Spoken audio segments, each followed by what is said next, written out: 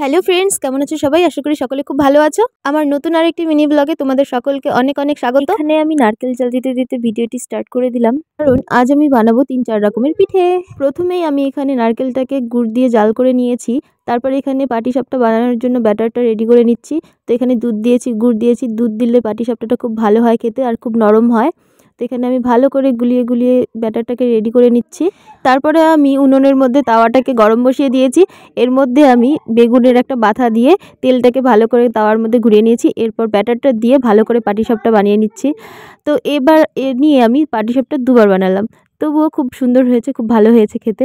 নিজের প্রশংসা নিজেই করছি, কারণ জানি তোমরা তো কেউ প্রশংসা করবে না, তাই নিজের প্রশংসাটা নিজেই করে দিলাম। তারপরে পাটিসাপটাটাকে ভালো করে উল্টে পাল্টে ভেজে নিয়েছি।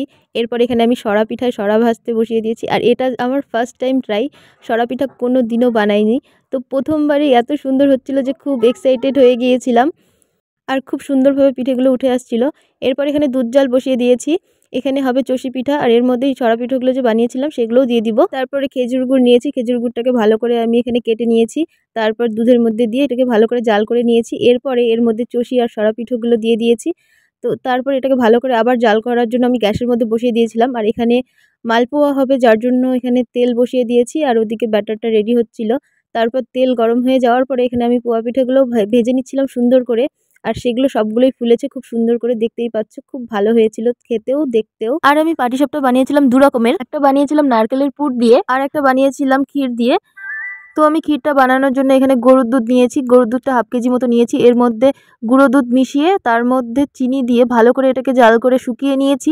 এটা যখন ভালো করে শুকিয়ে এসেছিলো তার মধ্যে 2 চামচ মতো চালের গুঁড়ো দিয়েছি। চালের গুঁড়ো দিয়ে অনবরত নাড়তে হবে।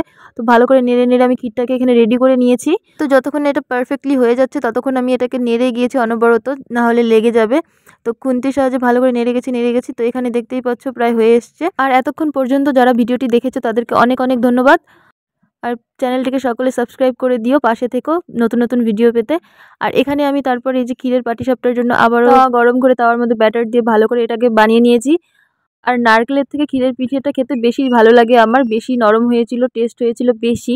আমার পিঠের মধ্যে পাটিসাপটাটা খেতে বেশি ভালো লাগে, তাই আমি পাটিসাপটা 2 রকমের বানিয়েছিলাম। তো এটাকেও দুপাশে আমি উল্টে পাল্টে ভালো করে ভেজে নিয়েছি। তোমরা কে কোন পিঠে খেতে বেশি ভালোবাসো সেটা কমেন্ট করে অবশ্যই জানাবে।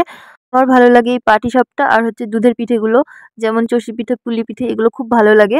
তো এখানে আমি এই যে পাটিসাপটা বানিয়ে নিয়েছি। আর আজ আমি বানিয়েছিলাম পাটিসাপটা, মালপোয়া, সাথে ছিল দুধের চষি পিঠে, যার মধ্যে আমি সরা পিঠেগুলোও দিয়ে দিয়েছিলাম। কেমন হয়েছে সকলেই কমেন্ট করে জানাবে। আর এরকম নতুন নতুন আরও ভিডিও পেতে চ্যানেলটিকে সাবস্ক্রাইব করে পাশে থেকো। দেখা হচ্ছে নতুন আরেকটি ভিডিওতে। আজ আমি ভিডিওটি এখানেই শেষ করছি। ততক্ষণ সকলে ভালো থেকো, টাটা।